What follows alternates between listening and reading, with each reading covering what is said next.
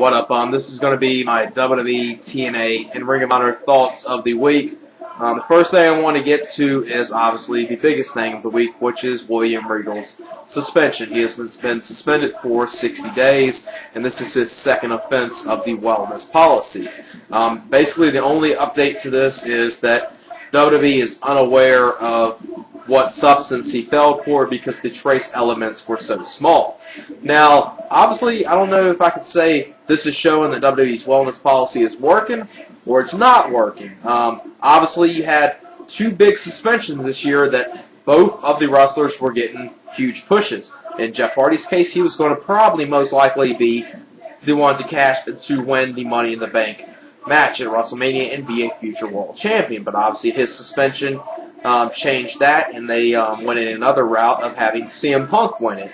Obviously, Regal, he was in a big role. This is probably Regal's biggest push that Regal has ever had in his whole entire WWE career, and that's been thrown out the window with his suspension. And don't know what they're going to do when he returns back. Obviously, I expect him to be on a different brand, or possibly they might just do what most wrestling companies do when they do this whole fired angle. They'll somehow get back on the show. So they'll probably go in some route in that.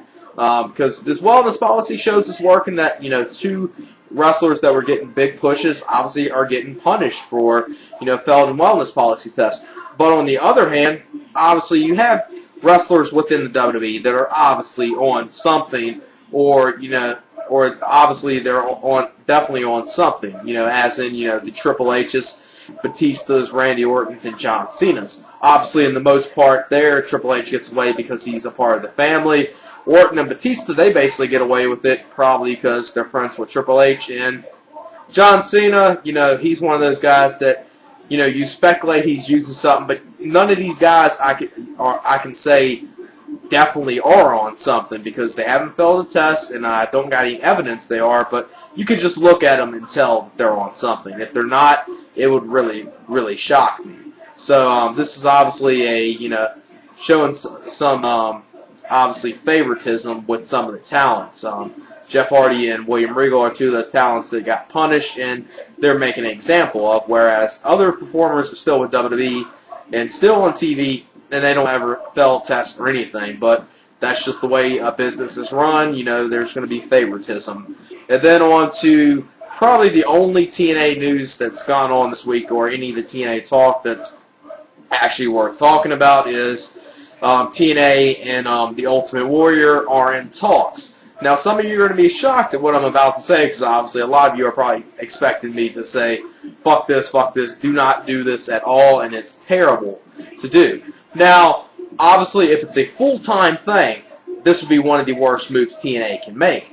Now, if it's one of those kind of Pac-Man Jones deals, like for a 2 to 3 month basis, and that's all he's going to be there for, I could see a little in this, because before I seen the footage of him returning in the Italy promotion, I think NWE, New Wrestling Evolution, I was expecting, not that big of a crowd. Then when I saw the footage, there's actually a big crowd there, and none of those wrestlers there are really big names. You had the Sean Waltmans, Juventud, Orlando Jordan, and Ultimate Warrior, and I'm shocked that, they had a big following there, but I guess wrestling, overseas draws more than what it does in the U.S., obviously. So TNA is obviously trying to bank on the Warriors' return.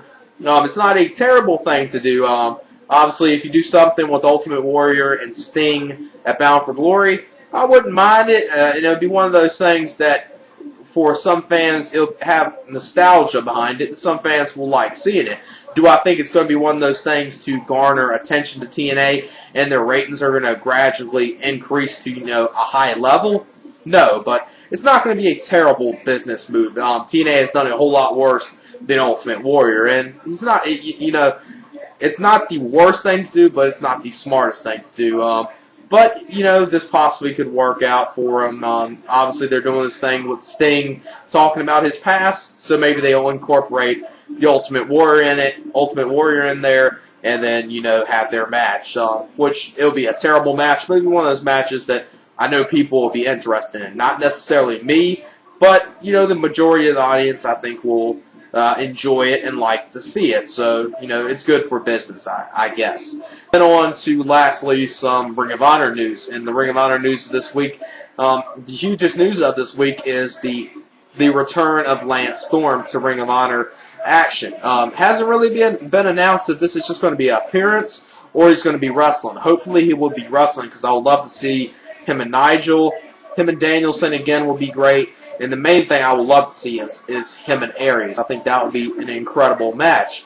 Fans, Ring of Honor fans and wrestling fans in general that are in the Toronto area on July 25th will see Lance Storm make his return to Ring of Honor. And the night after Ring of Honor will be taping. The night after Ring of Honor will be taping its 8th pay-per-view in Detroit, Michigan, and Lance Storm will be on that event as well. So definitely good news for Ring of Honor, and glad he's coming back.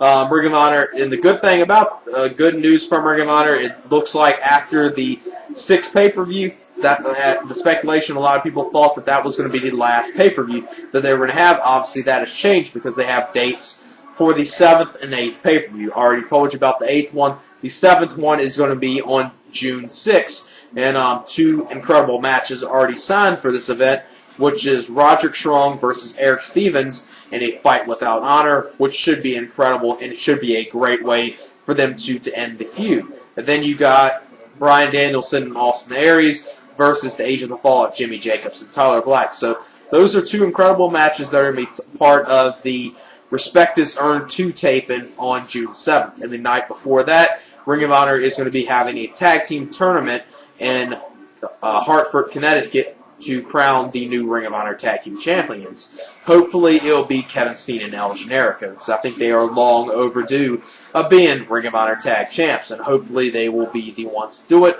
But I'm not sure about that, because they have them going against, I think, Go Shiozaki and Nigel McGuinness in the first round. So unless they do something where Nigel, goes out, turns on Go Shiozaki and doesn't help him or something, it looks like Go Shiozaki and Nigel will probably be the ones advancing in round one, but hopefully that will not happen. Because I don't see Nigel and Go Shiozaki being tag champs. And I can't see Nigel being the first, double champion in Ring of Honor and the first guy in Ring of Honor to hold all the titles, the Ring of Honor title, the Pure title, and the World title. So I can't see that happening. And other good news from Ring of Honor is the 2 DVDs, Stars of Honor and Bloodstained Honor, which are national retail stores in Best Buy and FYE. There has been huge demands of these DVDs. So within the next 7 to 10 business days, it's going to be more likely that you're going to be able to find these in stores.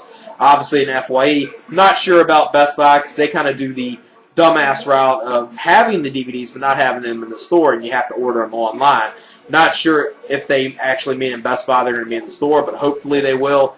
And this is going to be, further exposure for Ring of Honor. It's going to be really helping their business as a whole. Then on to the last thing, which is Ring of Honor's next pay-per-view, Ring of Honor Take No Prisoners, which is going to air on pay-per-view May 30th, next Friday, which should be a very good pay-per-view.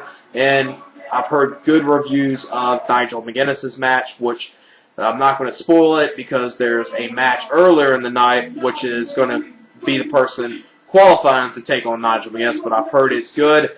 And Austin Aries and Bryan Danielson have a match on here, and it's going to be their first match they've had on pay-per-view, so definitely looking forward to this pay-per-view. And obviously, other pay-per-views, WWE is going to have the One Night Stand pay-per-view on June 1st. WWE needs to really, really cut back on having so many pay-per-views. It's only 2 weeks after Judgment Day. Then 3 weeks later, you have the Night of Champions. So almost in a month span, you have 3 WWE pay-per-views. And obviously, you have the Ring of Honor pay-per-view and the TNA pay-per-view. So obviously, not every wrestling fan is going to order all those pay-per-views. Possibly, 2 of them wrestling fans will order, but not all of them. They really need to cut back on how many they do. It's too much asking wrestling fans to go out their way and spend $80 a month or more if you want to see TNA and you want to see Ring of Honor as well. So definitely WWE is going to, obviously the buy rates are going to be hurt for One Night Stand. Obviously you got the gimmick matches, so possibly that's going to help their buy rates, but after only being 2 months away from from Judgment Day, I think it's obviously too quick to do it. They should have probably waited at least till the 15th to do this pay-per-view. Obviously, they couldn't do it the 8th because of TNA already having a pay-per-view schedule. So that's just my thoughts of WWE, TNA, and Ring of Honor of this week. And yeah, that's it. Peace.